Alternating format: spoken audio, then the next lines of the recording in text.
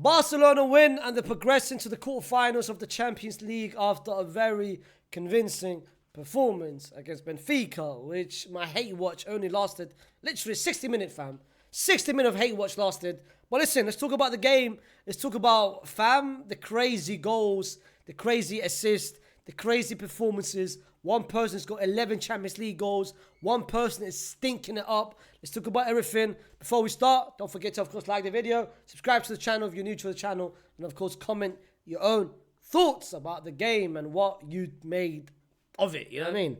This is, of course, how Barcelona played. They played with a lineup of Szczęsny, Koundé, Araujo, Inigo, Balde, Frankie, Pedri, Lamine, Dani Olmo, Raphinha, and Lewa. Of course, the biggest takeaway is no Kabasi after his suspension, after his red card. Araujo is, of course, playing in his position. And I can't lie, man. Early on, Barcelona just took control. It was a game which I expected Barcelona to win, let's be honest. I never expected Benfica to basically threaten Barcelona. Benfica had their chances. They had the first leg when Kabasi got sent off and they had 75 minutes to at least make something from it. They did not make anything from it. So I can't expect it for Barcelona to win this game. Especially also they had another extra set of motivation, another set of a little extra push to do it, just because of the fact the team doctor passed away last Saturday. So I'm sure they would have wanted to win this game in dedication to the person who passed away. But they start off incredibly. Like within the first 10 minutes, Pedri was on it, Frankie was on it, Lamine was on it, and the first goal came within the first 10 minutes. Lamine Yamal with, I mean, how many more words can we describe this man, and how many more words can we say how good he is and how special he is and how, bro, like the assist is not, it shouldn't be normal for a 17-year-old to move and act the way they are moving and acting on a constant basis. Like, I can't believe what I'm seeing with Lamine Yamal on a constant basis. Like, what a player. What, bro, I've said so many times, and you know what, and I'll keep saying it when I pick my best three players. Of three, I think five today. I think five players really did well today. And then the second goal came from, once again, Lamine Yamal. I mean, the goal. For a second, the thing is, yeah, listen. Let's go back to the assist quickly.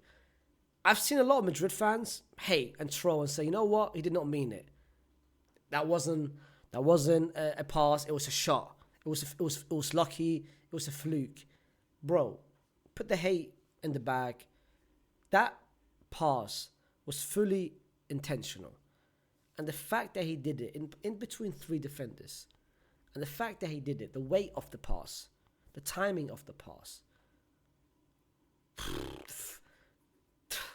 the technical ability you must have is right there. And the fact that he did it before what he did, he went past Florentino. Florentino leads Champions League with the most interception and most blocks.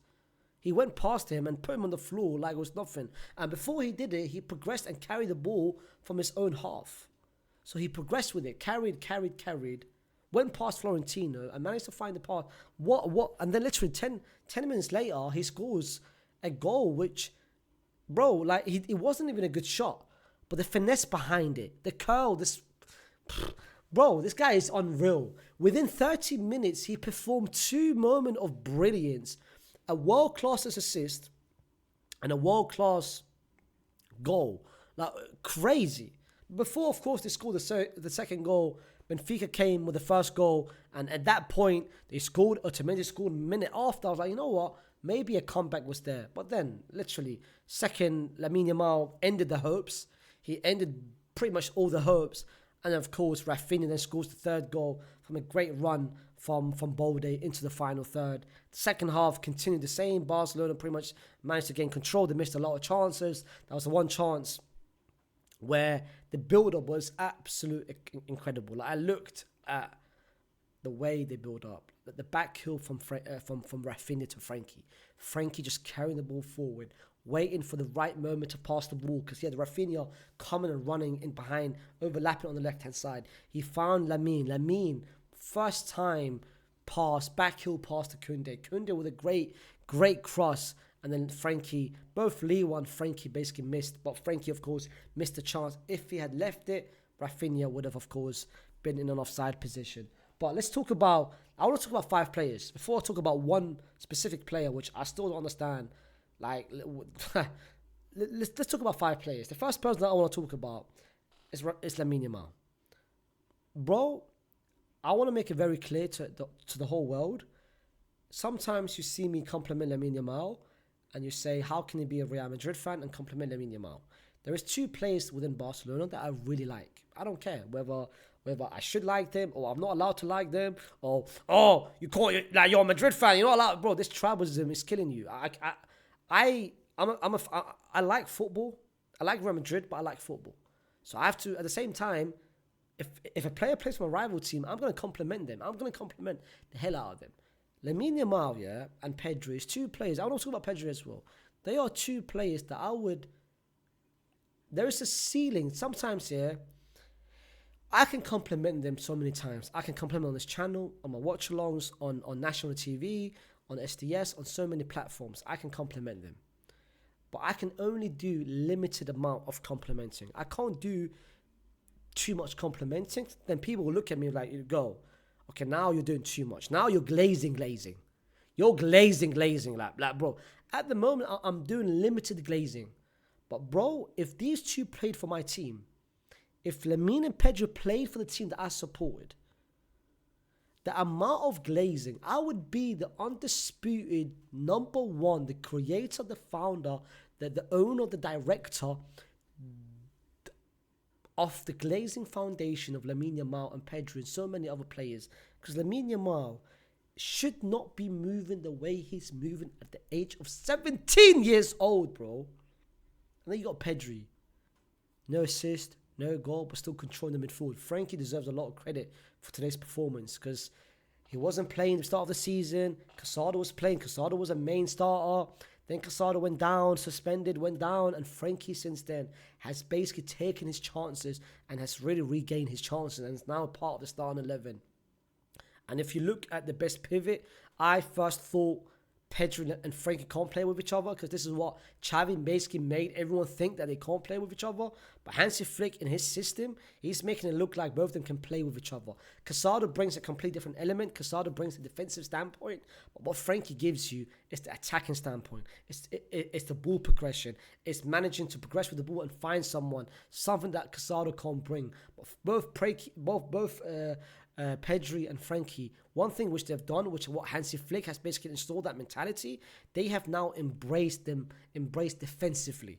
Like defensively, they're doing a much more effort defensively compared to what they were doing under Xavi, because Xavi didn't really have a defensive structure, especially with the midfield. Hansi Flick has got that, and both of them defensively are very good, but going forward, you've got a 1-2 punch with them.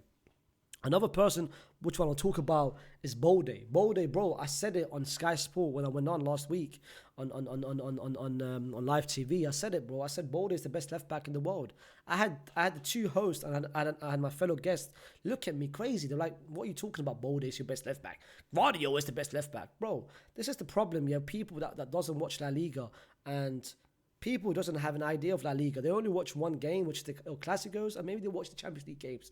But if you've been watching this season, there has been no better left back than Balde. Balde's been the best left back in the world this season. But one thing, the reason why he's been the best left back in the world, I think everyone knew about his attacking ability. And I think that this season, defensively, he's improved massively in terms of position and awareness.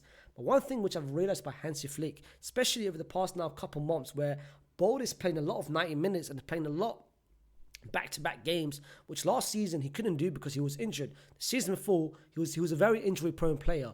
But what Hansi Flick has done, if you guys remember, going back to the start of the season, between August and November, you saw a lot of games. Sometimes Balde would start, and the next game he'll be on the bench. Start, be on the bench. And sometimes you would see him being taken out in the 50 minutes, 60 minutes, 70 minutes. The reason why I think Hansi Flick did that is to manage his minutes and manage his workload. And now you look at it, it's worked to perfection. Because now, in terms of health-wise, he's fit. He's fitter than has he ever been.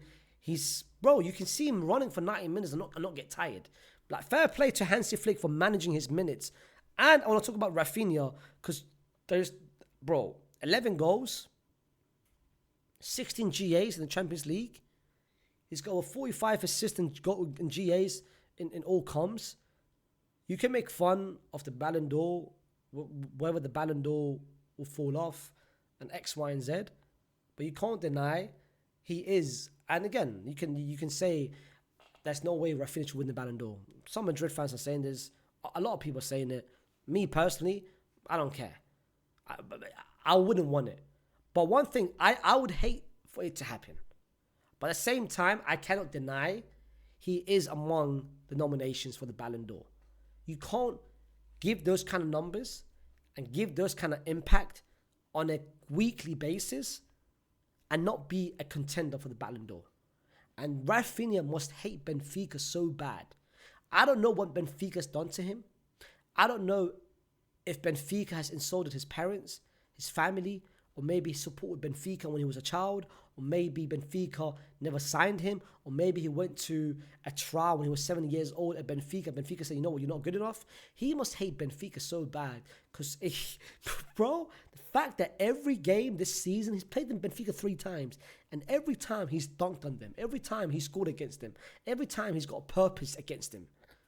Like, the first game, going back to the league phase, 5-4, he scored 2 goals, including the last-minute winner. This last week at Benfica, he scores the 1 goal, the winner, the 1-0. This game, look what he's doing. Crazy, bro. But I can't end it without talking about one person. And by the way, some people have asked me who do I think deserves to win the Ballon d'Or. I've got a video coming out next week during the international break where I'll basically give you my top 3 Ballon d'Or nominations as of right now. The season's not done yet. There is still April, March, May to play for. There is still 3 basically months to play for before we can determine the Ballon d'Or winner.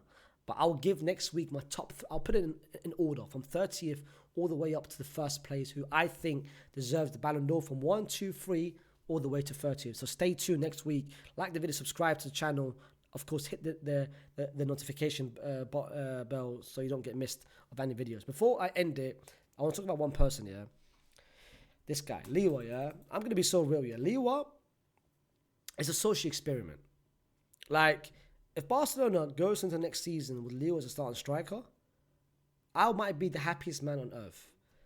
Lewa is lucky he doesn't play for my team. Because if Lewa played for my team, the amount of Haywan of the match he would win, and once again, the Haywan of the match for this game is Lewa. I think he might be an undisputed Haywan of the match every time for my team. Because you guys, of course, understand, every time I do Real Madrid reviews, I put match ratings, I put the ratings there, and I dedicate towards the end of the video to a Haywan of the match. If Lewa played for Real Madrid, he might be Haywan of the match every single game. Because this brother, since November, start of the season, he had a nice little purple patch, and everyone thought, oh my God, he's back, he's back, he's back. My brother, since November, the run that he's had might be one of the biggest disappointments.